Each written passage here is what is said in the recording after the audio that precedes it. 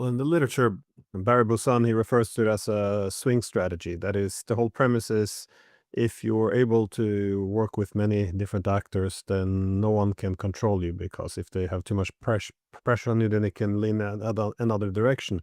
That's the problem, though, with the Europeans. The more they lean into the United States, and that's what a swing strategy thesis as well, then if you wed one side, then you lose value to both, because now the one you could disconnected you from have no interest in you, and you see this, or how the Europeans and the Russians and others view the Europeans now. But also for the United States, you lose interest because they already chose you. Now you can't go anywhere else, and so the US can comfortably sit in a position where they buy their enemies and sell their friends. And it's kind of where you are now.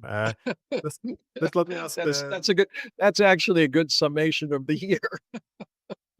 Yeah, that is 2025 for you. Let me just ask a final brief question, though. That is, what do you see being the main possible paths going forward for India now, as they have again, they have a lot to think about after this very turbulent year?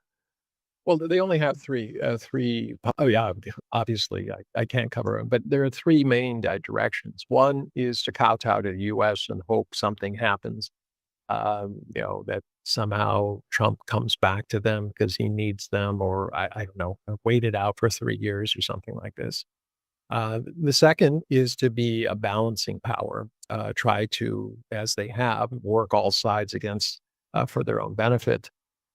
But they would lose, a certain amount of credibility doing that, and there are real dangers. Or they can decide that they want to be a leader, that they want to, work with their other components of the global South, especially BRICS, SCO, all these other entities, and say, look, it's time to say enough to Donald Trump.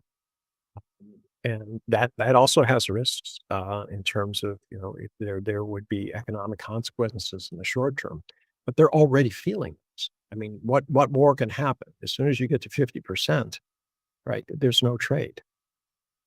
A 50% tariff, it means that somebody else is going to make it. They'll buy it from somebody else. So the consequences right now are very minimal to India. They could say, well, we need a new, protector, but they actually do already have the nuclear umbrella. They might be concerned about regional issues, but if they're acting under BRICS, now I go back to what you said. I mean, if China pushes too hard on something, they can appeal to the other countries there and say, "Hey, listen, none of us wants to be bullied again. We do not want China that replaces the U.S. as a hegemon and makes unreasonable demands for its sole benefit." So I do think India is going to have to make a decision this year or next, and they can't wait 3 years in limbo, because there are going to be effects. I mean, the global economy is slowing down. I know people said, well, US citizens are spending more than ever, but they're also borrowing more of what they've spent than ever. And at some point, the credit card bills, uh, buy now, pay later, are all going to come due. And when that happens, wages have not gone up. Inflation has not gone up. There's reading, CNN said there are 25 lies that Donald Trump has said, and almost the real big ones have been for the domestic side. It's just denying that things are that bad. It's just trying to make people feel confident, even though they don't have the means to live confidently. So India should probably look at that and see the reality that the U.S. is running on a short string between debt, between a loss of soft power globally. It's not only India that's being treated this way. It's time for the little people, the middle people, to get together, tell the bully it's time to put it away. That this isn't going to be the way it should. It's just not going to be the way the world works.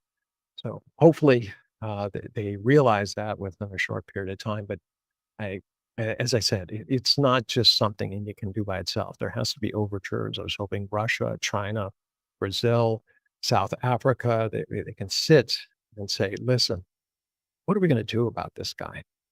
We can't continue on for another 3 years this way. We don't want it. The Ukrainian war is not going away because of Donald Trump's intercession. I mean, that's the thing they have in Florida with these parallel talks. I don't even know what that means.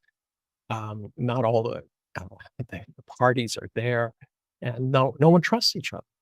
And so, how can you arrive at a peace treaty where there's zero trust? And a lot of that has to do with the middle by Hollande and Merkel that the first time around in 2014 that they lied. They had no intention of following through with any kind of peace plan. They were just buying time. They're going to win on the battlefield. Right now, the Ukraine is losing on the battlefield. That peace agreement they could have had in 2014, it looks like if they could have that now, the war would be over. But they don't. And the realities on the ground have changed. And yet Europe is saying, oh, $900 billion or loans or whatever you want to call it. It just seems like it's going where. So you have all of these difficult situations. India should be assessing them as all countries and saying, look, maybe it's time that we act together and stop allowing ourselves to be pitted against each other. That's the old colonial game. I mean, we've seen it so many times before. How is it possible that people can't see through something so transparent? Donald Trump isn't subtle about the way he goes about things. He's a hammer and nails and all the rest of it. It's always in your face. So hopefully that happens. And the reason is it's actually good for the United States because it will get the U.S. hopefully in a position where it realizes it's no longer ruling the world, it's part of the world, and it can start concentrating on its economic game instead of trying to export more arms and ammunition to countries that really don't need them. They need economic stimulus. They don't need more missiles. Yeah. Well, as I began to say in the beginning, I think all countries now have to find how they should adjust to this new world. And I agree. I think the United States as well would have a benefit in adjusting to this new multipolar distribution. And you do see some developments within the US, though, that there is new groups of people emerging who do see that hegemon is no longer the source of security. Rather, it's become a burden around its neck that even undermines the republic. So hopefully 2026 would be a much better year. It wouldn't take much because this was quite awful in many ways. So thank you so much for taking the time. Thank you. Always a pleasure, Glenn. Sorry, it's such a not the most hopeful New Year's message, but let's say that there are the seeds of hope within it.